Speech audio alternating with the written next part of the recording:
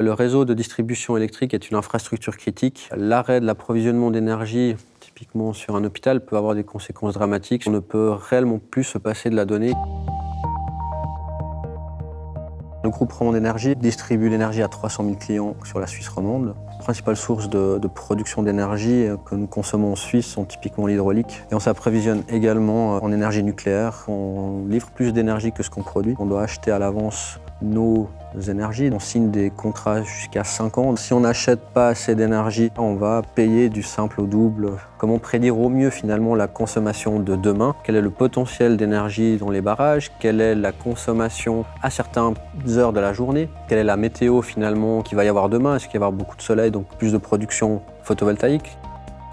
On a des données qui proviennent du marché, de Bloomberg. On a nos systèmes opérationnels, SAP et autres. On a nos systèmes d'acquisition des smart meters, de tout ce qui est comptage, télérelève. Un smart meter va pouvoir faire de la relève quart horaire, donc de la consommation quart horaire, ce qui représente une volumétrie d'à peu près 2 milliards de lignes.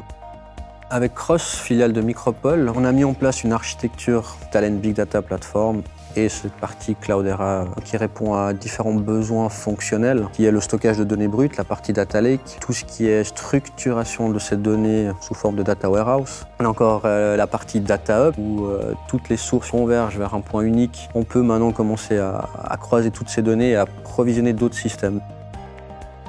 On utilise Talent pour extraire les données, les transformer, les charger. On peut se plugger à tout type de services à travers des API. Donc on récupère toutes ces données au sein du système d'information et toutes ces données ensuite traitées à travers du clustering Big Data finalement permet d'avoir des prédictions et des indicateurs finalement qui aident à la décision. On essaye d'amener cette approche dite architecture réactive qui permet d'être proche du temps réel, chose qu'on a commencé à mettre en place avec notre système de pilotage du réseau électrique pour la moyenne et haute tension. Cette donnée aujourd'hui elle est poussée directement dans le Data Lake et elle est consommée par 2 applications. Donc un portail web qui permet finalement aux clients de voir les pannes en cours, mais également toutes les interventions qui vont avoir lieu sur le réseau électrique. Mais on met aussi ces données à disposition du système téléphonique que les clients utilisent quand une panne réseau survient. J'ai plus d'électricité chez moi, finalement ils appellent le numéro d'urgence. On voit la data devient vraiment critique dans tous les domaines de l'énergie.